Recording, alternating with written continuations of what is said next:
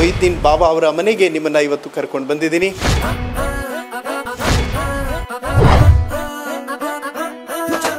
ಮೊಹಿಯುದ್ದೀನ್ ಬಾಬಾ ಅವರು ಕೂತಿದ್ದಾರೆ. ಸರ್, ಕಾರ್ಯಕ್ರಮಕ್ಕೆ ಪ್ರೀತಿಯ ಸ್ವಾಗತ.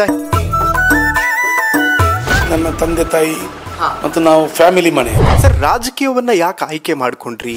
ದೇವರ ಅನುಗ್ರಹದಿಂದ ನಾನು ಜಾತ್ಯತೀತ ನೆಲೆಯಲ್ಲಿರುವುದರಿಂದ ಈ ಭಾಗದಲ್ಲಿ ಜನರ ಸೇವೆಯನ್ನು ಮಾಡುವಂತಹದ್ದು ನಾನು ಮುಂದುವರಿಸ್ತಾ ಬಂದಿದ್ದೇನೆ. ನನ್ನ ಧರ್ಮವನ್ನು ನಂಬಿ ಇತರ ಧರ್ಮವನ್ನು ಗೌರವಿಸುವಂತಹ ಆ ಪರಿಪಾಠವನ್ನು ನಾವು ಕಂಡು ತಿಳ್ಕೊಂಡು ಇಷ್ಟೊಂದು ಮಾನವೀಯ ಮೌಲ್ಯಗಳಿರುವಂತವ್ರನ್ನೇ ಯಾಕೆ ಜನ ಕೈ ಹಿಡಿಲಿಲ್ಲ? ನಾವು ರಾಜಕೀಯದಲ್ಲಿ ಪಡೆಯುವುದಕ್ಕಿಂತ ಕಳ್ಕೊಂಡದ್ದು ತುಂಬಾನೇ ಜಾಸ್ತಿ. ರಾಜಕೀಯದಿಂದ ನೀವು ಪಡ್ಕೊಂಡಿದ್ದಾದ್ರೂ ಏನು ಅಂತ? ಹೈಕಮಾಂಡ್ ಆದೇಶವನ್ನು ಆರ್ಡರ್ ಆಗಿ ಬಂದ ಮೇಲೆ ಆ ಸೀಟನ್ನು ತಪ್ಪಿಸುವಂತಹ ಕೆಲಸ ನಮ್ಮ ರಾಜ್ಯದ ಡಿ.ಕೆ. ಶಿವಕುಮಾರ್ ಅವರು ನಮ್ಮ ರಾಜಕೀಯಕ್ಕೆ ಒಂದು ಮುಕ್ತಾಯವನ್ನು ಕೊಡಬೇಕು ಅಂತ ಹೇಳುವಂತ ಹಠ ಹಿಡಿದು ಬಂದಿರುವಂತಹ ಸಂದರ್ಭದಲ್ಲಿ ಆ ನೋವಿನಿಂದ ಕಾಂಗ್ರೆಸ್ ಪಕ್ಷ ತ್ಯಜಿಸುವಂತಹ ಸಂದರ್ಭ. ಜನಸೇವೆ ಎಲ್ಲರಿಗೂ ಸಿಗೋದಿಲ್ಲ, ಅದು ಸೆಲೆಕ್ಟೆಡ್, ಅಂದ್ರೆ ಭಗವಂತ ಆಯ್ಕೆ ಮಾಡಬೇಕು. ಹಿಂದೂ ಸಮುದಾಯದ ಮತವನ್ನು ಗಳಿಸಿ ಇಲ್ಲಿ ಗೆಲ್ಬೇಕಾಗಿದ್ರೆ ಅದು ಇತಿಹಾಸವೇನೆ ಒಂದು ಶ್ರೇಷ್ಠ. ಎಲ್ಲಾ ಪಾರ್ಟಿಗಳ ಜೊತೆ ತುಂಬಾ ಚೆನ್ನಾಗಿದ್ರಿ, ಕಾಂಗ್ರೆಸ್ ಆಗ್ಲಿ, ಬಿಜೆಪಿ ಆಗ್ಲಿ, JDS ಆಗ್ಲಿ. ದೇವೇಗೌಡರು ಸಮೇತ ಖರ್ಗೆ ಅವರಿಗೆ ಫೋನ್ ಮಾಡಿ ಹೇಳಿದ್ದಾರೆ ಟಿಕೆಟ್ ಕೊಡಿ ಅಂತ ಹೇಳಿ. ನಾನು ಕಾಂಗ್ರೆಸ್ ನಲ್ಲಿ ಕೊಡಿ ಅಂತ ಹೇಳಿದೆ. ಅದನ್ನು ಧಿಕ್ಕರಿಸಿ ನನಗೆ ಅನ್ಯಾಯ ಮಾಡಿ ವರ್ಷಕ್ಕೆ 2 ಸಲ ಈ ಮನೆಗೆ ಬಂದು ಎಲ್ಲರೂ ಒಟ್ಟಿಗೆ ಲಂಚ್ ಡಿನ್ನರ್ ಒಟ್ಟಿಗಾಗಿ ಮಾಡುವಂತ. ಇನ್ಫ್ಯಾಕ್ಟ್ ನಾನು ದೀಪಕ್ ಹತ್ಯೆ ಆದಂತಹ ವಿಚಾರದಲ್ಲೂ ಕೂಡ ಗಮನಿಸ್ತಾ ಇದ್ದೆ. ಮನುಷ್ಯ ಕೊಲ್ಲುವಂತಹ ಪರಿಸ್ಥಿತಿ ಆಗ್ತದೆ. ವೀಕ್ಷಕರೇ ನಮಸ್ಕಾರ, ನೀವು ನೋಡ್ತಾ ಇದ್ದೀರಾ ಹೆಲೋ ಹಿಂದೂ. ನಾನು ಸೈಯದ್ ಹಿದಾಯತ್. ಇವತ್ತು ನಾನು ಮಂಗಳೂರಲ್ಲಿದ್ದೀನಿ. ವಿಶೇಷ ಅತಿಥಿಯ ಸಂದರ್ಶನ ಮಾಡೋದಕ್ಕೆ ನನ್ನ ಹಿಂದೆ ಕಾಣಿಸ್ತಾ ಇರುವಂತಹ ಈ ಅದ್ಭುತ ಬಂಗ್ಲೆ ಮೊಹಿಯುದ್ದೀನ್ ಬಾಬಾ ಅವರದ್ದು.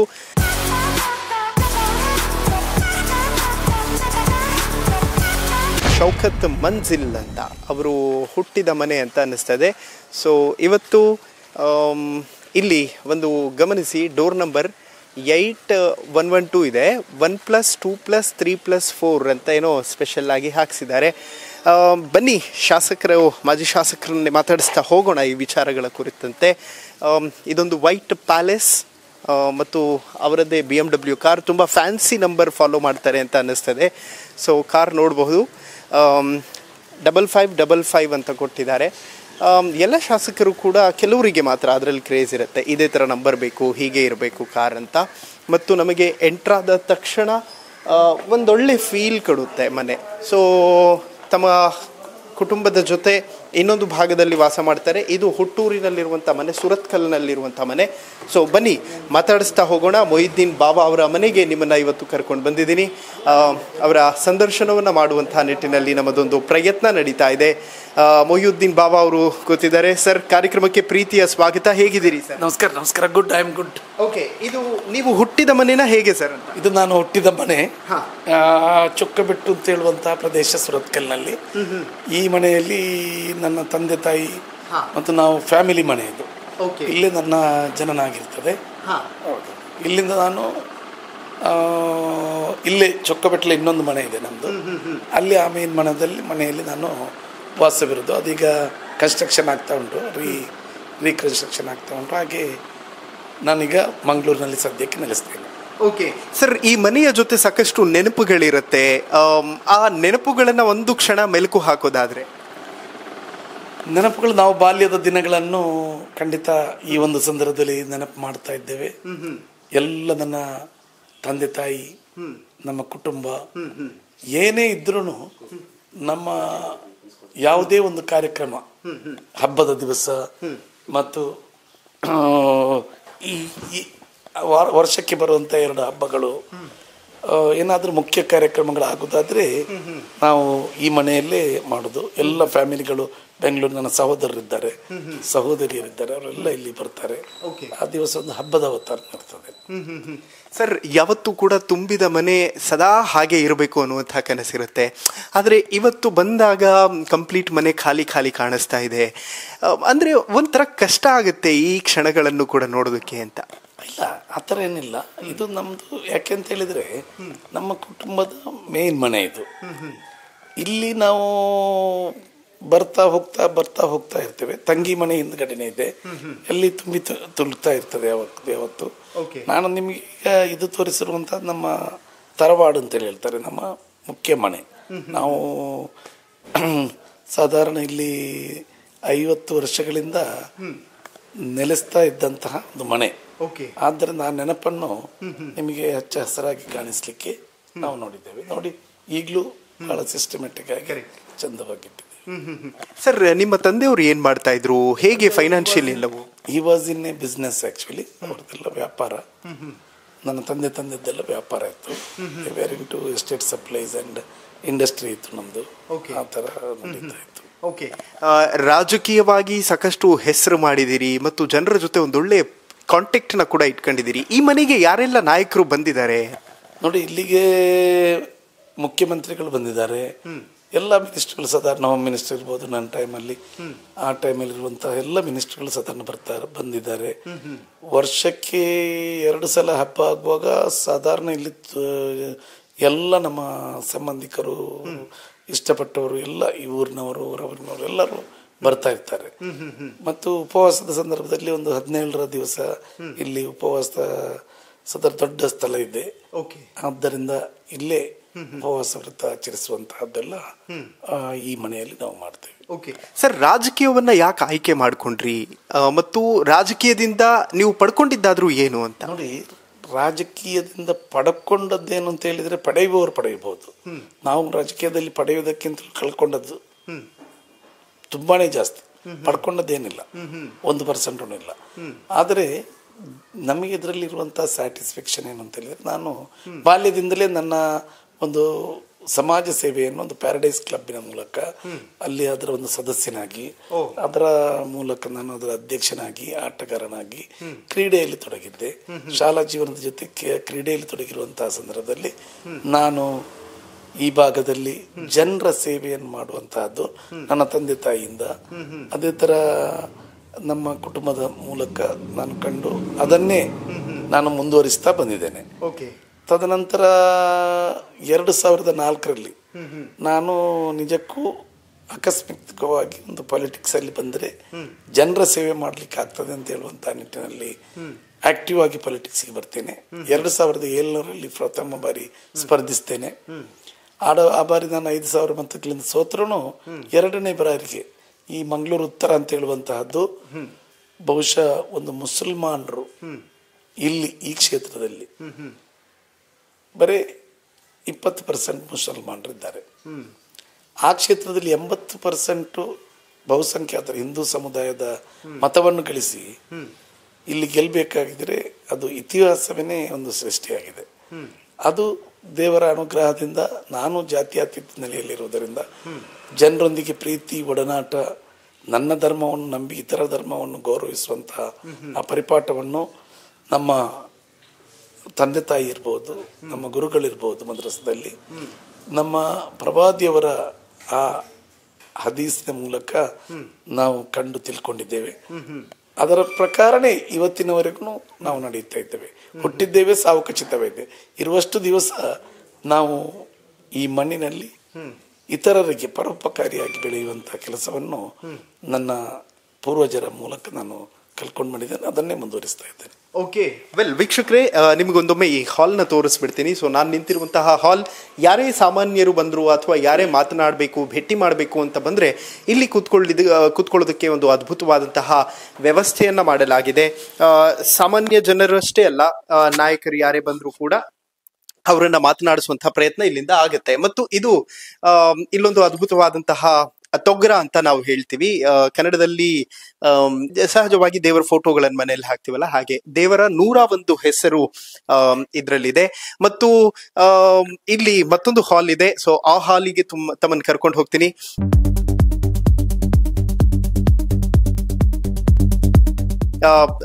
ಸರ್ರೆ ಅದನ್ನ ಎಕ್ಸ್ಪ್ಲೈನ್ ಮಾಡಿದ್ರೆ ತುಂಬಾ ಅದ್ಭುತವಾಗಿರುತ್ತೆ. ತುಂಬಾ ಬ್ಯೂಟಿಫುಲ್ ಆಗಿ ಡಿಸೈನ್ ಮಾಡಿರುವಂತಹ ಮನೆ ಇದು.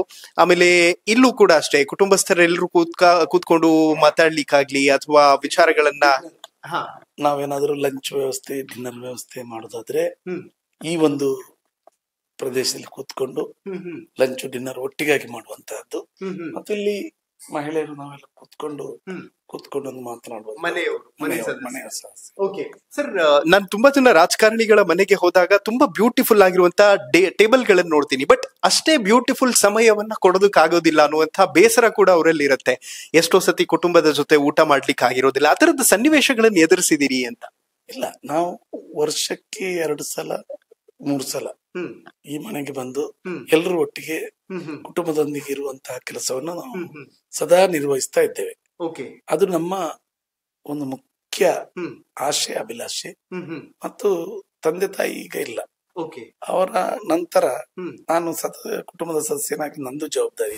ಓಕೆ ವೀಕ್ಷಕರೇ, ಈಗ ನಾವು ಮೊಯ್ದೀನ್ ಬಾಬಾ ಅವರ ಕಚೇರಿಯಲ್ಲಿದ್ದೀವಿ. ಸೊ ತುಂಬಾ ಜನಕ್ಕೆ ಕ್ಯೂರಿಯಾಸಿಟಿ ಇರುತ್ತೆ, ತಮ್ಮ ನಾಯಕರು ಬಿಸ್ನೆಸ್ ಸರ್ ಯಾವ ಆಫೀಸ್ ಇದು, ಏನ್ ವರ್ಕ್ ಆಗ್ತದೆ ಇಲ್ಲಿ ಅಂತ. ನೋಡಿ, ಇದು ನನ್ನ ಬಿಸ್ನೆಸ್ ಕಚೇರಿ. ಇಲ್ಲಿ ನಮ್ದು ಬಿಸ್ನೆಸ್ ವ್ಯವಹಾರಗಳೆಲ್ಲ ಈ ಕಚೇರಿಯಿಂದ ನಾನು ಮಾಡ್ತೇನೆ. ನನ್ನ ಪೊಲಿಟಿಕಲ್ ಆಫೀಸ್ ಒಂದು ಸುರತ್ಕಲ್ನಲ್ಲಿದೆ. ಅಲ್ಲಿ ಯಾವತ್ತಾದ್ರೂ ಹೋಗಿ ಮತ್ತೆ ಅಲ್ಲಿನೂ ಮತ್ತೆ ಇಲ್ಲಿ ಇದು ನನ್ನ ಕ್ಷೇತ್ರನೇ. ಈ ಏರಿಯಾದಲ್ಲಿ ಕಾರ್ಯಕರ್ತರು ಅಥವಾ ನಮ್ಮ ಯಾರೆಲ್ಲ ಈ ಭಾಗದಲ್ಲಿ ಏನಾದ್ರೂ ಹೆಲ್ಪ್ ಅದು ಇದು ಸರ್ಕಾರದ ಮೂಲದಿಂದ ಬೇಕಾಗಿದ್ರೆ ಬಂದು ನಮ್ಮನ್ನು ಕಂಡು ಸಂಪರ್ಕಿಸಿ ಮಾಡುವಂತ ಜಾಗ. ಬಿಸ್ನೆಸ್ ಎಷ್ಟು ವರ್ಷಗಳಿಂದ ಮಾಡ್ತಾ ಇದ್ದೀರಿ ಸರ್? ಯಾವ ರೀತಿ ಸಪೋರ್ಟ್ ಸಿಗ್ತಾ ಇದೆ ಫ್ಯಾಮಿಲಿ ಕಡೆಯಿಂದ ಎಲ್ಲ? ನಮ್ಗೆ ನಮ್ದು ತಂದೆನೇ ಬಿಸ್ನೆಸ್. ಆಮೇಲೆ ಅವರ ಮುಖಾಂತರನೇ ನಾನು ಬಿಸ್ನೆಸ್ ಅನ್ನು 1990ರಲ್ಲಿ ಸ್ಟಾರ್ಟ್ ಮಾಡಿದ್ದೆ.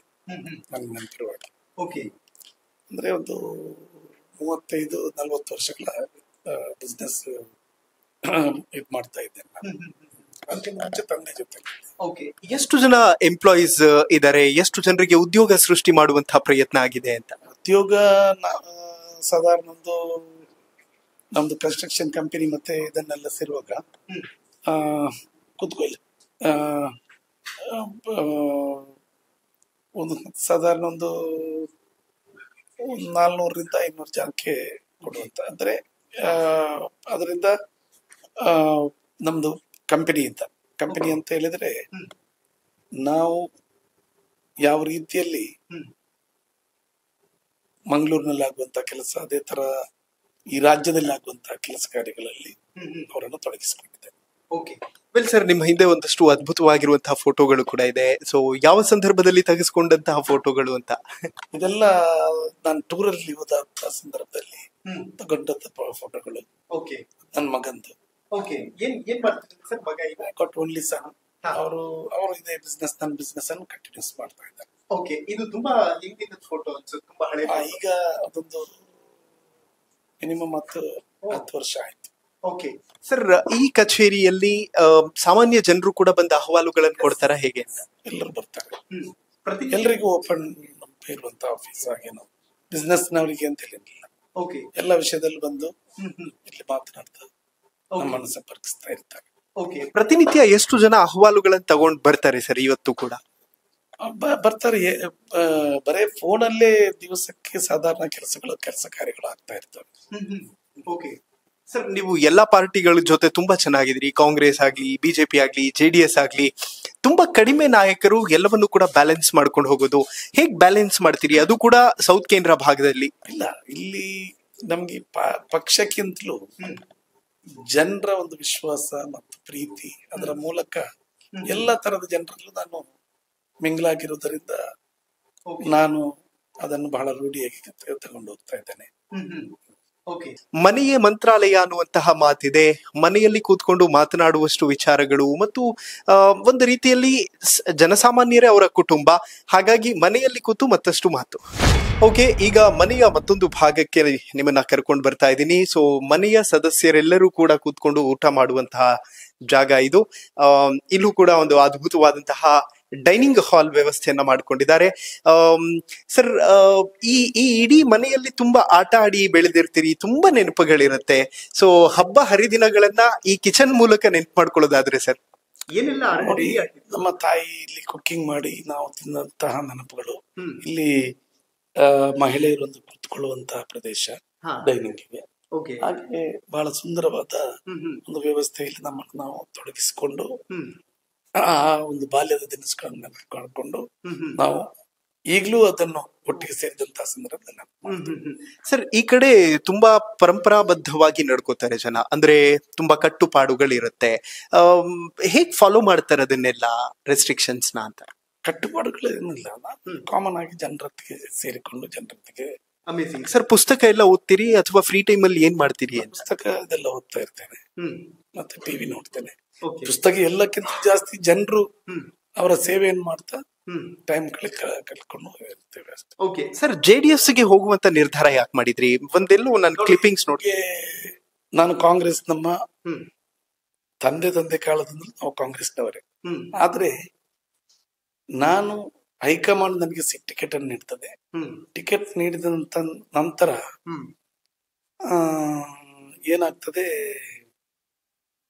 ನಂದೇ 90% ವರೆಗೆ ಜನರು ಇಲ್ಲಿ ನನ್ನ ಸರ್ವೆಯಲ್ಲಿ ರಿಪೋರ್ಟ್ ಬರ್ತದೆ, ನನ್ನನ್ನೇ ಆಯ್ಕೆ ಮಾಡ್ತಾರೆ, ಕೊಡ್ಬೇಕು ಗೆಲ್ತೇನೆ ಅಂತ ಹೇಳಿ.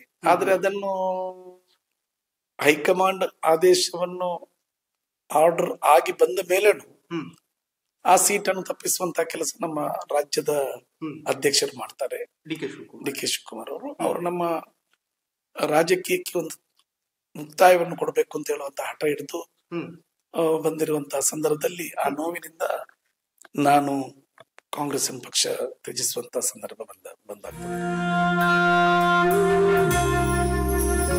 ಒಂದು ವೇಳೆ ಅವರ ಅಧ್ಯಕ್ಷರು ಅಲ್ಲದಿದ್ರೆ ಆ ಸೀಟು ಖಂಡಿತ ಯಾರಿಗೂ ಹೋಗ್ತಿರ್ಲಿಲ್ಲ.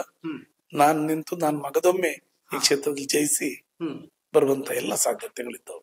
ಓಕೆ, ಯಾಕೆ ಟಿಕೆಟ್ ತಪ್ಪಿಸುವಂತಹ ಪ್ರಯತ್ನ ಮಾಡಿದ್ರು? ಯಾಕೆ ಡಿ.ಕೆ. ಶಿವಕುಮಾರ್ ಅವರಿಗೆ ನಿಮ್ಮ ಮೇಲೆ ಈ ರೀತಿಯಾದಂತಹ ಹೇಳಿದ್ರೆ ಗೊತ್ತು, ನನಗೆ ಗೊತ್ತಾಗುದಿಲ್ಲ. ನಾನು ಅವ್ರ ಹತ್ರ ಒಳ್ಳೆದ್ರಲ್ಲಿ ಇದ್ದೆ, ಬಟ್ ಈಗ ದುಡ್ಡು ಮುಖ್ಯ ಅಲ್ವಾ. ಅವರು ಸ್ವಲ್ಪ ದುಡ್ಡಿನ ಇತ್ತೀಚೆಗೆ ದುಡ್ಡು ಮಾಡಿದಂತ ಒಂದು ಜನವನ್ನು ಹಿಡಿದ್ರು, ಅವನಿಗೆ ರಕ್ಷಣೆಯನ್ನು ಕೊಟ್ಟು ಅವನ ಮೂಲಕ ಬಿಸ್ನೆಸ್ಗೆ ಪಾರ್ಟ್ನರ್ಶಿಪ್ ಏನೋ ಮಾಡಿಸ್ಕೊಂಡು ಮುಂದುವರಿತಾ ಬಂದರು. ಅದ್ರ ಮೂಲಕ ಅವರು ಅವನಿಗೆ ಟಿಕೆಟ್ ಕೊಡುವಂತ ನಿರ್ಧಾರವನ್ನು ಮಾಡಿದ್ರು. ಯಾರ ಸಪೋರ್ಟ್ ಇಲ್ಲದಿದ್ರು 6% ಜನರ ಸಪೋರ್ಟ್ ಇದ್ರು ಅದನ್ನು ಮಾಡುವಂತಹ ಕೆಲಸಕ್ಕೆ ಅವರು ಬಂದರು. ಓಕೆ ಸರ್, ಕಾಂಗ್ರೆಸ್ ಮುಸಲ್ಮಾನರ ಪರವಾಗಿ ನಿಂತುಕೊಳ್ಳುವಂತಹ ಪಕ್ಷ, ಮುಸಲ್ಮಾನರಿಗೆ ಅನ್ಯಾಯ ಆಗೋದಕ್ಕೆ ಬಿಡೋದಿಲ್ಲ, ಸ್ಪೆಷಲಿ ಅಲ್ಪಸಂಖ್ಯಾತರ ಜೊತೆ ನಾವು ಯಾವಾಗ್ಲೂ ನಿಂತಿರ್ತೀವಿ ಅಂತ ಹೇಳ್ತಾರೆ. ನಿಮಗೆ ಟಿಕೆಟ್ ಕೊಡುವಂತ ವಿಚಾರದಲ್ಲಿ ಬಿಸ್ನೆಸ್ ಅಡ್ಡಿ ಆಗೋಯ್ತಾ ಅಂತ? ನೋಡಿ, ಇಲ್ಲಿ ದುಡ್ಡಿನ ವ್ಯಾಲ್ಯೂ ನೋಡ್ಕೊಂಡು ಕೆಲಸದಲ್ಲ, ಕೆಲಸಕ್ಕೆ ಕೊಡುವಂತ ಕಾಂಗ್ರೆಸ್ ಪಕ್ಷ ನೀಡಿದೆ. ಆದ್ರೆ ಇಲ್ಲಿಯ ರಾಜ್ಯದ ಅಧ್ಯಕ್ಷರು ನನಗೆ ಆ ನನ್ನ ರಾಜಕೀಯ ಜೀವನಕ್ಕೆ ಕೊನೆ ಮಾಡ್ಬೇಕು ಅಂತ ಹೇಳುವಂತ ವ್ಯವಸ್ಥೆಯನ್ನು ಮಾಡಿದ್ರು. ಆದ್ರೆ ಜನರ ಪ್ರೀತಿ ವಿಶ್ವಾಸ, ನಾವು ರಾಜಕೀಯ ಪಕ್ಷನೇ ಬೇಕು ಅಂತ ಹೇಳಿಲ್ಲ, ಸೇವೆ ಮಾಡ್ಲಿಕ್ಕೆ ಆ ಒಂದು ಮೂಲಕ ನಾನು ಜನರ ಸೇವೆಯನ್ನು ಮಾಡ್ಲಿಕ್ಕೆ ಈಗಲೂ ಬದ್ಧನಾಗಿದ್ದೇನೆ. ಓಕೆ, ತಮಗೆ ಯಾವತ್ತಾದ್ರೂ ಅನಲೈಸ್ ಮಾಡಿದ್ಯಾ ತಾವು ಯಾತಕ್ಕೆ ಈ ರೀತಿಯಾದಂತಹ ಒಂದು ಆಕ್ರೋಶ ಅಥವಾ ಈ ರೀತಿಯಾದ ಧೋರಣೆ ನನ್ನ ಮೇಲೆ ಅಂತ? ನೀವ್ ಯಾವತ್ತು ಅನಲೈಸ್ ಮಾಡಿದ್ದಿಲ್ವಾ? ಅದನ್ನ ಅನಲೈಸ್ ಮಾಡುವಂತ ಒಂದು ವ್ಯವಸ್ಥೆಗೆ ಹೋಗುದಿಲ್ಲ, ಯಾಕಂದ್ರೆ ಅದರ ಬಗ್ಗೆ ನಾವು ತಲೆ ಕೆಡಿಸಿಕೊಂಡಿಲ್ಲ. ನಾವು ಹುಟ್ಟಿದ್ದೇವೆ, ಸಾವು ಖಚಿತವಾಗಿದೆ, ಹುಟ್ಟು ಸಾವಿನ ಮತ್ತೆ ಜನರ ಸೇವೆ ಮಾಡೋದು. ನಾವು ರಾಜಕೀಯದಲ್ಲಿ ಬಂದು ನಮಗೆ ದುಡ್ಡು ಮಾಡ್ಬೇಕು ಅಂತ ಹೇಳಿ ಬಂದ ಆಶೆನೂ ಇರಲಿಲ್ಲ, ಅಭಿಲಾಷೆನೂ ಇರಲಿಲ್ಲ. ಆದ್ರಿಂದ ಅದರಲ್ಲಿ ನಮಗೇನು ಮುಖ್ಯವಾಗಿಲ್ಲ. ನಾವು MLA ಅಲ್ಲದಿದ್ರು ಆ 3 ಅಕ್ಷರ ಇದಿಲ್ಲದಿದ್ರು ನಾವು ಕೆಲಸ ಮಾಡ್ಲಿಕ್ಕೆ ನಮ್ಗೆ ದೇವರ ಅನುಗ್ರಹದಿಂದ ಸಾಧ್ಯವಾಗಿದ್ರೆ ಮುಂದೆ ಜನರನ್ನು ಸೇವ್ ಮಾಡ್ತಾ ಇದ್ದೇನೆ. ಓಕೆ ಸರ್, ಜನ ಗೆಲ್ಲಿಸಿದಾಗ ಮಾತ್ರ ನಾನು ಅವ್ರ ಜೊತೆ ಬೇರಿತೀನಿ ಅನ್ನುವಂತಹ ಧಾಟಿ ನಿಮ್ಮಲ್ಲಿಲ್ಲ. ಇನ್ಫ್ಯಾಕ್ಟ್ ಸೋತರೂ ಕೂಡ ಕಾನ್ಸ್ಟೆಂಟ್ಲಿ ಹೋಗಿ ಮಳೆಹಾನಿ ಪ್ರದೇಶಗಳಿಗೆ ಅಧ್ಯಯನ ಮಾಡಿದ್ರಿ. ನೀವು ನಮ್ಮ ಜನರ ಹತ್ರ ಕೇಳಿದ್ರೆ ಗೊತ್ತಾಗ್ತದೆ. ನಾವು ಹೇಳಿಕೊಂಡು ನಮ್ಮನ್ನು ಹೋಗಲಿ ಆ ಒಂದು ನನಗೆ ಎಂದು ಯಾರ ಶ್ರೇಯಸ್ಸಬೇಕಾಗಿಲ್ಲ. ನನ್ನ ಬಗ್ಗೆ ಕೇಳ್ಬೇಕಿದ್ರೆ ನೀವು ನಮ್ಮ ಕ್ಷೇತ್ರದ ಜನರ ಹತ್ರ ಮೂಲೆಗಳಲ್ಲಿ ಹೋಗಿ ಕೇಳಿದ್ರೆ ನಿಮ್ಗೆ ಗೊತ್ತಾಗ್ತದೆ. ಸರ್, ಜನಸೇವೆ ಎಲ್ಲರಿಗೂ ಸಿಗೋದಿಲ್ಲ, ಅದು ಸೆಲೆಕ್ಟೆಡ್, ಅಂದ್ರೆ ಭಗವಂತ ಆಯ್ಕೆ ಮಾಡಬೇಕು. ಭಗವಂತ ಆಯ್ಕೆ ಮಾಡಿದ್ರೆ ಮಾತ್ರ ಜನಸೇವೆ ಮಾಡೋದಕ್ಕೆ ಸಾಧ್ಯ. ಇನ್ಫ್ಯಾಕ್ಟ್ ನೀವು ಅಧಿಕಾರದಲ್ಲಿ ಇಲ್ಲದೆ ಇದ್ರೂ ಕೂಡ ಸೇವೆನ ಮುಂದುವರಿಸಿದಿರಲ್ಲ, ನೀವೇನಾದ್ರೂ ಲೈಫಲ್ಲಿ ಆ ತರದ ಕಷ್ಟಗಳನ್ನ ನೋಡಿದೀರಾ ಅಂತ? ನೋಡಿ, ಲೈಫಿನಲ್ಲಿ ಜನರ ಕಷ್ಟಗಳನ್ನು ನೋಡಿಕೊಂಡು ಅರಿತುಕೊಂಡು ಅವರಿಗೆ ಸಹಾಯ ಮಾಡುವಂತಹದ್ದು ನಾನು ಕಲಿತಂತಹ ಮದ್ರಸಾ ವಿದ್ಯಾಭ್ಯಾಸದಲ್ಲಿ ನಾನು ಕಲಿಸಿದಂತ ಶಿಕ್ಷಣ ಕಲಿಸಿದಂತ ನನ್ನ ಗುರುಗಳು ಹಿಂದೂ ವಿದ್ಯಾದಾಯಿನಿ ಸ್ಕೂಲಲ್ಲಿ ನಾನು ಕಲಿತಿದ್ದೇನೆ. ನನಗೆ ಆ ಹೇಳಿಕೊಟ್ಟಂತ ನನ್ನ ತಂದೆ ತಾಯಿಗಳ ಮಾರ್ಗದರ್ಶನ, ನನ್ನ ಕುಟುಂಬದವರ ಒಂದು ಜನರಿಗೆ ಇದ್ದಂತ ಒಂದು ಸ್ಪಂದನೆಗಳು, ಅದರ ಮೂಲಕ ನಾನು ಮಾಡಿದ್ದೇನೆ ಹೊರತು ಬೇರೆ ವಿಶೇಷವಾಗಿ ಇದರಿಂದ ಹೆಸರು ಗಳಿಸ್ಬೇಕು, ನನಗೆ ದುಡ್ಡು ಮಾಡ್ಬೇಕು ಅಂತ ಹೇಳುವಂತ ಆಶೆಯಿಂದ ಮಾಡಿದ್ದಲ್ಲ ನಾನು. ಓಕೆ ಸರ್, ತಾವು ಜೆಡಿಎಸ್ ಅಲ್ಲಿ ಇದ್ದೀರಿ. ಜೆಡಿಎಸ್ ಮತ್ತು ಬಿಜೆಪಿ ಎರಡೂ ಕೂಡ ಮರ್ಜ್ ಆಗಿದೆ ಪಾರ್ಟಿಗಳು. ಒಂದು ಕಡೆ ಈ ಪಕ್ಷದಲ್ಲಿ ಗುರುತಿಸಿಕೊಂಡಿದ್ದರೂ ಕೂಡ ವಕ್ಫ್ ವಿಚಾರವಾಗಿ ರಿಟ್ ಸಲ್ಲಿಸುವಂತಹ ಒಂದು ಪ್ರಯತ್ನ ಕೂಡ ತಮ್ಮ ಕಡೆಯಿಂದ ಆಯ್ತು. ಹೇಳ್ತೇನೆ, ನನಗೆ ಸಮುದಾಯ ಮುಖ್ಯ. ಸಮುದಾಯ ಅಂತ ಹೇಳಿದ್ರೆ ಸಮುದಾಯದ ಯಾವುದೇ ಒಂದು ಫರಜ್ ಕಾರ್ಯಕ್ರಮಕ್ಕೆ ಅಥವಾ ನಾವು ಸಮುದಾಯದಲ್ಲಿ ಫಾಲೋ ಮಾಡುವಂತಹ ಕಾರ್ಯಕ್ರಮಕ್ಕೆ ಯಾವುದೇ ಪಕ್ಷ ಅಡ್ಡ ಬಂದ್ರು ಅದರ ವಿರುದ್ಧ ಸೆಟದು ನಿಲ್ಲುವಂತ ಒಂದು ಆತ್ಮಾಭಿಮಾನ ನನ್ನ ಬಗ್ಗೆ ಇದೆ. ಅದೇನು ಅಂತ ಹೇಳಿದ್ರೆ ನಮ್ಮ ಹಕ್ಕುಗಳು, ಇತರ ನಮ್ಮ ಹಕ್ಕುಗಳು ಅಂತ ಹೇಳಿದ್ರೆ ವಕ್ಫ್ ಅಥವಾ CAA, NRC ಇಂಥ ವಿಷಯದಲ್ಲಿ ಅಥವಾ ಆಜಾನ್ ಅಥವಾ ಹಿಜಾಬ್, ಇದು ಯಾರಾದರೂ ವಿರೋಧ ಮಾಡಿದರೆ ಅದರ ವಿರುದ್ಧ ನಾನು ಸಮುದಾಯದ ಪರವಾಗಿ ನಿಲ್ತೇನೆ.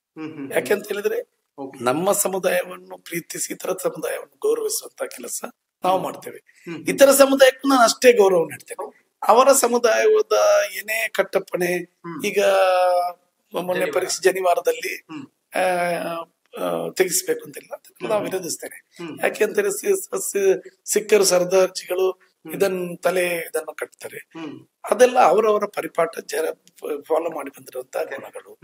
ಮಾರ್ವಾಡಿಗಳು ಹೆಂಗಸರು ತಲೆಗೆ ಸರಗನ್ನು ಗುಂಗಟ್ಟು ಹಾಕೊಂಡು ಆತರ ಇದ್ ಮಾಡ್ತಾರೆ. ಅದನ್ನ ಯಾರಾದ್ರೂ ನಿಲ್ಲಿಸ್ಲಿಕ್ಕೆ ಆಗ್ತದೆ. ಅದನ್ನ ನಿಲ್ಲಿಸುವಂತ ಕೆಲಸ ಯಾರೇ ಮಾಡಬಾರ್ದು. ಅವರವರ ಧರ್ಮಕ್ಕೆ ಅನುಗುಣವಾಗಿ. ಅದರಿಂದ ಯಾರಿಗೆ ಏನ್ ತೊಂದರೆ ಇದೆ? ಯಾರಿಗೆ ಏನ್ ತೊಂದರೆ ಇಲ್ಲ. ನಾವು ನಮ್ಮ ಧರ್ಮವನ್ನು ಪ್ರೀತಿಸಿ ಇತರ ಧರ್ಮವನ್ನು ಗೌರವಿಸುವಂತ ಕೆಲಸ. ಆದ್ರೆ ತಪ್ಪು ಮಾಡಿದ್ರೆ ಆ ತಪ್ಪಿನೊಂದಿಗೆ ನಾನು ಯಾವತ್ತೂ ಅವರಿಗೆ ಸಪೋರ್ಟ್ ಮಾಡ್ತಿಲ್ಲ. ನನ್ನ ಧರ್ಮದವ್ರಿಗಿರ್ಬೋದು, ಇನ್ನೊಂದು ಧರ್ಮದ ತಪ್ಪಿಗೆ ನಾವು ಅವರಿಗೆ ಕಟ್ಟ ಕಡೆಯ ಆ ಕಾನೂನಿನ ಪ್ರಕಾರ ಶಿಕ್ಷೆಯನ್ನು ಕೊಡುವಂತ ಕೆಲಸವನ್ನು ಮಾಡಬೇಕು. ಕಾನೂನನ್ನು ಕೈಗೆತ್ತುವಂತ ಕೆಲಸವನ್ನು ಮಾಡಬಾರ್ದು. ಇಲ್ಲಿ ಶಾಂತಿಯುತವಾಗಿ ನಾವು ಸೌಹಾರ್ದತೆಯಿಂದ ಬಾಳುವಂತ ಕೆಲಸ ಆಗ್ಲೇಬೇಕಾಗಿರುವಂತಹದ್ದು ನಮ್ಮ ಉದ್ದೇಶ. ಅದರ ಮೂಲಕ ನಾನು ಶಾಸಕನಾಗಿರುವಂತಹ ಸಂದರ್ಭದಲ್ಲಿ ಅತ್ಯಂತ ಹಿಂದೂ MLAಗಳು ತರುವಂತಕ್ಕಿಂತಲೂ ಜಾಸ್ತಿ ನೀವು ಜನರ ಹತ್ರ ಕೇಳಿ ಸೇವೆಯನ್ನು ಜನರಿಗೆ, ಅದು ಸರ್ಕಾರದ ವ್ಯವಸ್ಥೆಯಲ್ಲಿ ಅಥವಾ ನನ್ನ ಪರ್ಸನಲ್ ವ್ಯವಸ್ಥೆಯಲ್ಲಿ ಹಿಂದೂ ಧಾರ್ಮಿಕ ಕ್ಷೇತ್ರಗಳಿಗೆ, ಹಿಂದೂ ದೇವಸ್ಥಾನಗಳಿಗೆ, ಹಿಂದೂ ಸಭಾ ಮಂಟಪಗಳಿಗೆ, ಬ್ರಹ್ಮಶ್ರೀ ನಾರಾಯಣ ಗುರುಗಳಿರ್ಬೋದು ಅವರ ಅವರ ಭವನಗಳಿಗೆ, ಮತ್ತು ನಮ್ಮ ಇದರ ಯಾವ ರೀತಿಯಲ್ಲಿ ನಮ್ಮ ಅಂಬೇಡ್ಕರ್ ಭವನಗಳಿರ್ಬೋದು, ಇದನ್ನೆಲ್ಲವನ್ನು ಕೊಡುವಂತ ಕೆಲಸ, ನಮ್ಮ ಕೈಯಲ್ಲಿ ಸಹಾಯ ಮಾಡುವಂತ ಕೆಲಸ. ಬಹುಶಃ ಆರೋಗ್ಯದ ದೃಷ್ಟಿಯಿಂದ ಮುಖ್ಯಮಂತ್ರಿಗಳ ಅನುದಾನದ ವ್ಯವಸ್ಥೆಯಲ್ಲಿ ಅತ್ಯಂತ ಹೆಚ್ಚು ನನ್ನ ಶಾಸಕರ ಸಂದರ್ಭದಲ್ಲಿ ಜನರಿಗೆ ಜಾತಿ ಮತವಿಲ್ಲದೆ ಕೊಡುವಂತಹದ್ದು. ಹಬ್ಬಗಳು ಬಂದಂತಹ ಸಂದರ್ಭ, ದೀಪಾವಳಿ ಹಬ್ಬ ಇರಬಹುದು, ಆ ಸಂದರ್ಭದಲ್ಲಿ ಬಡವರನ್ನು ಗುರುತಿಸಿ ಮಾಡುವಂತದ್ದು, ಕ್ರಿಸ್ಮಸ್ ಸಂದರ್ಭದಲ್ಲಿ ಮಾಡುವಂತದ್ದು, ಈದ್ ಸಂದರ್ಭದಲ್ಲಿ ಮಾಡುವಂತಹದ್ದು. ಮತ್ತು ನಾವೆಲ್ಲರೂ ಶಾಂತಿ, ಸೌಹಾರ್ದತೆ, ಸಹಬಾಳುವ ಮೂಲಕ ಮುಂದುವರಿಬೇಕು ಅಂತ ಹೇಳುವಂತ ಉದ್ದೇಶದಿಂದ ಈ ಒಂದು ಕೆಲಸ ಕಾರ್ಯಗಳನ್ನು ನಾನು ಮುಂದುವರಿಸ್ತಾ ಇದ್ದೇನೆ, ಇನ್ನೂ ಮುಂದುವರಿಸ್ತೇನೆ. ನನ್ನ ಕಟ್ಟ ಕಡೆಯ ಉಸಿರಿನ ತನಕನು ಶಾಂತಿ, ಸೌಹಾರ್ದತೆ, ಸಹಬಾಳ್ವೆ ಇದನ್ನು ಮುಖ್ಯ ಒತ್ತನ್ನಾಗಿಡ್ತೇನೆ. ಓಕೆ ಸರ್, ನನಗೆ ಈ ಪ್ರಶ್ನೆ ಯಾವಾಗ್ಲೂ ಕೂಡ ಇರುತ್ತೆ. ಲೈಕ್ ಕಾಂಗ್ರೆಸ್ ಇಂದ ಆಗಿರ್ಬೋದು ಅಥವಾ ಬಿಜೆಪಿಯಿಂದ ಅನ್ಯಾಯ ಆದಂಥವ್ರಿಗೆ ಕೊನೆ ಹಂತದಲ್ಲಿ JDS ಟಿಕೆಟ್ ಕೊಟ್ಟು, ನಾಯಕರಾಗಿದ್ದಂಥವ್ರಿಗೆ ಟಿಕೆಟ್ ಕೊಟ್ಟು ಅವ್ರಿಗೊಂದು ಆಶ್ರಯನ್ನ ಕೊಡುತ್ತೆ. ನಿಮ್ಮ ವಿಚಾರದಲ್ಲಿ ಆಗಿರ್ಬೋದು ಅಥವಾ ಅರಸೀಕೆರೆ NR ಸಂತೋಷ್ ಯಡಿಯೂರಪ್ಪ ಅವರ ಆಪ್ತನ ವಿಚಾರದಲ್ಲಾಗಿರ್ಬಹುದು, ಮತ್ತು ರೈತರಿಗೆ ಟಿಕೆಟ್ ಕೊಡುವಂತಹ ವಿಚಾರದಲ್ಲಿ JDS ಈ ರೀತಿಯ ನಾಯಕರನ್ನ ಗುರುತಿಸುವಂತಹ ನೆಲೆಗಟ್ಟಿನ ಬಗ್ಗೆ ಏನ್ ಹೇಳ್ತೀರಿ ಅಂತ? ನೋಡಿ, ಈಗ ನನಗೆ ಆ ಸಂದರ್ಭದಲ್ಲಿ ಮಾನ್ಯ ದೇವೇಗೌಡರು ನನಗೆ ಟಿಕೆಟ್ ಕೊಡಬೇಕು ಅಂತ ಹೇಳುವಂತ ನನ್ನನ್ನು ಸೆಳೆಯುವಂತ ಕೆಲಸ ಮಾಡಿಲ್ಲ. ಕಾಂಗ್ರೆಸ್ನ ಅಧ್ಯಕ್ಷ ಖರ್ಗೆ ಅವರಿಗೆ ಫೋನ್ ಮಾಡಿಕೊಂಡು ನಾನು ಖರ್ಗೆ ಅವರ ಮೂಲಕ ಈ ಕೆಲಸವನ್ನು ಮಾಡ್ಬೇಕು ಅಂತ ಹೇಳುವಂತ, ಟಿಕೆಟ್ ಮಾಡ್ಬೇಕಂತ ಹೇಳುವಂತ ಕೆಲಸವನ್ನು ನಾವು ಮಾಡಿದ್ದೆವು. ಆದರೆ ಇಂಥ ಆ ಸಂದರ್ಭದಲ್ಲಿ ಅವರು ನನ್ನನ್ನು ಪಕ್ಷಕ್ಕೆ ಸೆಳೆದಿಲ್ಲ. ನೀವು ಟಿಕೆಟ್ ಅನ್ನು ಅವರಿಗೆ ಕೊಡಿ, ನಾವು ಸಪೋರ್ಟ್ ಮಾಡ್ತೇವೆ ಅಂತ ಹೇಳಿದ್ರು. ಆದ್ರೆ ನನ್ನ ತಮ್ಮ JDS ಅಲ್ಲಿದ್ದ. ಆದ್ರೆ ಫರೂಕ್ ಅವರು, ನಾನು ಅವ್ರಿಗೆ ಯಾಕೆ ನಾನು ಏನು ಹೋದದ್ದಲ್ಲ, ಬಟ್ ನನಗೆ ಅನ್ಯಾಯ ಆಯ್ತು ಅಂತ ಹೇಳಿ ಲಾಸ್ಟ್ ನನಗೆ, ಯಾಕೆಂದ್ರೆ ದೇವೇಗೌಡರು ಸಮೇತ ಖರ್ಗೆ ಅವರಿಗೆ ಫೋನ್ ಮಾಡಿ ಹೇಳಿದ್ದಾರೆ ಟಿಕೆಟ್ ಕೊಡಿ ಅಂತ ಹೇಳಿ. ನಾನು ಕಾಂಗ್ರೆಸ್ನಲ್ಲಿ ಕೊಡಿ ಅಂತ ಹೇಳಿದ್ದಾರೆ. ಓಕೆ. ಅದನ್ನು ಧಿಕ್ಕರಿಸಿ ನನಗೆ ಅನ್ಯಾಯ ಮಾಡಿದ್ರು. ಅದಕ್ಕಾಗಿ ನಾನು JDS ಅನ್ನು ಸೆಲೆಕ್ಟ್ ಮಾಡಿದೆ. ನಾನು ಇಂಡಿಪೆಂಡೆಂಟ್ ನಿಲ್ಲುವುದರಲ್ಲಿದ್ದೆ, ಬಿಕಾಸ್ ಇಲ್ಲಿ JDS ಏನಿಲ್ಲ. ಅದು ಆ ಸಂದರ್ಭದಲ್ಲಿ ನಮ್ಗೆ ಯಾಕೆ ಅಂತ ಹೇಳಿದ್ರೆ ಅವ್ರು ಹಿರಿಯರಾದ ಮಾಜಿ ಪ್ರಧಾನಿ ಆ ಒಂದು ಮಾತನ್ನು ಹೇಳಿದ್ರು, ನಾನು ಅದರ ಪ್ರಭಾವಕ್ಕೆ ಒಳಪಟ್ಟಿದ್ದೆ. ಆ ಒಂದು ಮುಖಾಂತರ ನಾನು JDS ಅನ್ನು ಆಯ್ಕೆ ಮಾಡುವಂತ. ಸರ್, ನೀವು ತುಂಬಾ ಎಮೋಷನಲ್. ಇನ್ಫ್ಯಾಕ್ಟ್ ನಾನು ದೀಪಕ್ ಹತ್ಯೆ ಆದಂತಹ ವಿಚಾರದಲ್ಲೂ ಕೂಡ ಗಮನಿಸ್ತಾ ಇದ್ದೆ. ಅವ್ರ ಮನೆಗೆ ಹೋಗಿ ಸಾಂತ್ವನ ಹೇಳುವಂತಹ ಪ್ರಯತ್ನ ಮಾಡಿದ್ರಿ, ಮತ್ತು ತಮ್ಮ ಸಹೋದರನನ್ನ ಕಳೆದುಕೊಂಡಾಗ್ಲೂ ಕೂಡ ಅಷ್ಟೇ ಭಾವುಕರಾದ್ರಿ ತಾವು. ಲೈಕ್ ಯಾಕೆ ಅಷ್ಟೊಂದು ಭಾವನಾತ್ಮಕವಾದಂತಹ ಒಂದು ಕಣ್ಣೀರು ಬರುತ್ತೆ? ಇಲ್ಲ, ಅಂದ್ರೆ ಮುಖ್ಯವಾಗಿ ಸಹೋದರ, ನನ್ನ ಹುಟ್ಟಿದ ಸಹೋದರ, ನನ್ನ ಬ್ಯಾಕ್ ಬೋನ್ ಆಗಿದ್ದಂತವನು. ಅಂತ ಕೆಲಸ ಆಗುವಾಗ ಸ್ವಾಭಾವಿಕವಾಗಿ ಅದು ಆ ಒಂದು ನೋವು ಬರುವಂತಹದ್ದು. ದೀಪಕ್ ಮನುಷ್ಯನ ಒಂದು ಹತ್ಯೆ ಆಗುವಂತಹ ಅಮಾಯಕರ ಅದು ದೀಪಕ್ ಆಗಿರ್ಬೋದು, ಅನೇಕ ಜನರಿರ್ಬೋದು, ಫಾಜಿಲ್ ಎಲ್ಲರಿರ್ಬೋದು. ಯಾರು ಅಮಾಯಕರನ್ನು ಕೊಲ್ಲುವಂತಹ ಸಂದರ್ಭದಲ್ಲಿ ಅವರ ಬಗ್ಗೆ ನಿಜಕ್ಕೂ ಕನಿಕರ ಹುಟ್ಟುತ್ತದೆ. ನಮ್ಮ ಸಹೋದರತೆಯಲ್ಲಿರುವಂತಹ ಜನರನ್ನು ಮನುಷ್ಯ ಕೊಲ್ಲುವಂತಹ ಪರಿಸ್ಥಿತಿ ಆಗ್ತದಲ್ಲ ಅಂತ ಹೇಳುವಂತ ನೋವು ನಮಗೆ ಕಾಡ್ತದೆ. ಅದರ ಮೂಲಕ ಇಮೋಷನ್ ಬರುವಂತಹದ್ದು ಸ್ವಾಭಾವಿಕ. ಅದನ್ನು ಮಾತ್ರ ಮಾಡ್ತಾ ಇದ್ದೇನೆ. ಬಟ್ ಇಷ್ಟೊಂದು ಮಾನವೀಯ ಮೌಲ್ಯಗಳಿರುವಂತವ್ರನ್ನೇ ಯಾಕೆ ಜನ ಕೈ ಹಿಡಿಲಿಲ್ಲ? ಅದುವೇ ಒಂದು ಯಕ್ಷ ಪ್ರಶ್ನೆ. ಜನರಿಗೆ ಈಗ ನೀವು ಏನಾದ್ರೂ ಕೊಟ್ರೆ, ಏನಾದ್ರೂ ಉಪಕಾರ ಮಾಡಿದ್ರೆ ಮರೆಯುವಂತಹ ಸಮಯ, ಮಾಡಿದಂತಹ ಕೃತಜ್ಞತೆ ಇಲ್ಲದಂತಹ ಸಮಯ, ಅದನ್ನು ನಾವು ಏನ್ ಮಾಡ್ಲಿಕ್ಕೆ ಆಗುದಿಲ್ಲ. ನಾನು ಈ ಕ್ಷೇತ್ರದಲ್ಲಿ ಇಲ್ಲಿ ಎಲ್ಲ ಕೊರೋನಾ ಟೈಮಲ್ಲೆಲ್ಲ 4.5 ಕೋಟಿ ರೂಪಾಯಿ ಮನೆಗೆ ಕಿಟ್ಟನ್ನು ಕೊಡುವಂತ ಕೆಲಸ, ಜನರನ್ನು 2ನೇ ಕೋವಿಡ್ ಅಲ್ಲಿ 60 ಬೆಡ್ ಇದ್ದು ಹಾಸ್ಪಿಟಲ್ ತರ ಒಂದು ಶಿಬಿರಗಳನ್ನು ಮಾಡಿ 7-8 ಕಡೆ, ಅದರ ಮೂಲಕ ಅವರಿಗೆ ಡಾಕ್ಟ್ರು ನರ್ಸನ್ನಿಟ್ಟು ಟ್ರೀಟ್ಮೆಂಟ್ ಮಾಡುವಂತಹದ್ದು. ಆ ಸಂದರ್ಭದಲ್ಲಿ ಹಾಸ್ಪಿಟಲ್ ಜಾಗ ಸಿಗ್ತಿರ್ಲಿಲ್ಲ. ಇದನ್ನೆಲ್ಲ ಮಾಡ್ತಾ ಇದ್ದೆ. ಇದೆಲ್ಲ ಜನರು ಬರೇ ಸಮಯಕ್ಕೆ ಸರಿಯಾಗಿ ಮಾತ್ರ ಇರುವಂತಹ ಸಂದರ್ಭ ತೆಗೆದುಕೊಳ್ತಾರೆ, ಮರೆತು ಬಿಡ್ತಾರೆ. ಅದರ ಮೂಲಕ ಮಾಡಿಲ್ಲ ಅಂತ ಹೇಳುವಂತಹ ನೋವು ನನಗೆ ಯಾವುದೇ ರೀತಿಯಲ್ಲಿಲ್ಲ. ಜನರ ಸ್ವಾಭಾವಿಕ ಇದು. ಆದರೆ ಜನರು ಇವತ್ತಿಗೂ ನಮ್ಮ ಸೇವೆಯನ್ನು ನೆನಪಿಟ್ಟಿದ್ದಾರೆ, ಅದನ್ನು ಹೇಳ್ತಾ ಇರ್ತಾರೆ. ಅದು ನಮಗೆ ದೇವರ ಅನುಗ್ರಹ. ಓಕೆ, ನಿಮ್ಗೆ ಅನ್ಸೋದಿಲ್ವಾ ಸರ್, ಎಲೆಕ್ಷನ್ ಟೈಮಲ್ಲಿ ದುಡ್ಡು ಹೊಡೆದು ಬಿಟ್ಟಿರ್ತಿದ್ರೆ ಆ ಕಡೆ ಗೆದ್ದು ಬಿಡ್ತಿದ್ನೇನೋ, ಯಾಕೆ ಕೋವಿಡ್ ಟೈಮಲ್ಲಿ ಮಾಡಕ್ ಹೋದ್ನೋ ಅಂತ ಬೇಸರ ಇದೆಯಾ? ಅದೇನಲ್ಲ, ನಾವು ಜನರಿಗೆ ಕೊಟ್ಟಿದ್ದೇವೆ, ಇಲ್ಲಿ ನಾವು ಪರ್ಮನೆಂಟ್ ಇರ್ತೇವೆ. ನಾವು ಮಾಡಿದಂತ ಒಳ್ಳೆ ಕಾರ್ಯ ದೇವರು ಸ್ವೀಕರಿಸಿದ್ರೆ ಸಾಕು.